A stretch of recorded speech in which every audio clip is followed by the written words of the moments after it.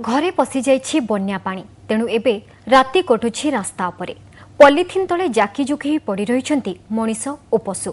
दिन तो दिन केमिति कटुछि बैतरणी बन्यारे विपन्न लोकंक राति। बन्या प्रभावित जाजपुर जिल्लार देखिबा ए रिपोर्ट। बन्यांचଳରେ राति किए अंधार दूर करिबा पई मोहमबतीटे जालिछि आउ काहा पई ललठन आलुआ पालटिछि साथी।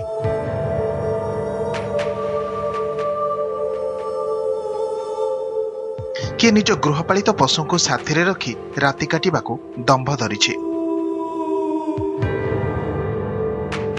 ए दृश्य हेउछि जाजपुर जिल्ला रे बन्या घेରରେ थिबा बन्या विपन्नक। सर्वाधिक क्षतिग्रस्त दशरथपुर ब्लॉकर बन्या प्रभावित माने आश्रय नैछंती ईश्वरपुर प्राथमिक विद्यालय रे। घरे पानी पशिबा परठारु महिला शिशु एवं गृहपालित पशु को धरी स्कूल घर को आश्रयस्थली करिसंती एठाकार बन्या विपन्न। घर द्वार आगे पानी पशिगला सब तो भांगी भुंगी गला आम केमिति रहिमु से कारण स्कूल रे आसिक रहिछु आ कोन करिमु खाइबा को भी पाउनु।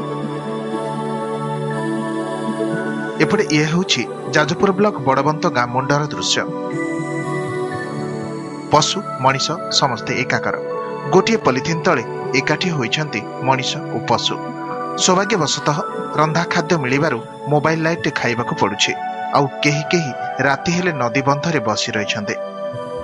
राति आसे नै जे छुआ पिला भल मत नै जे घरे पानी पसी जीवो बोले के टेका टेक करके राति रे बेकले अंटे छाती पानले धरि के पळि आसन ऊंचा जगह को चल किछि खिया पिया नाही सेमित हे पडिरु आ रोसे पत तो हे पारुनी कोन से धंधा तो हे पन्ना कोन करिम बाप तो पड रहिछु आ बन्या प्लावित अंचल जेतेबेले संज नई आसे राति थरी उठे ए बन्या प्लावित अंचल जाजपुर जिला बड़बंत गाँवासींकर छाती।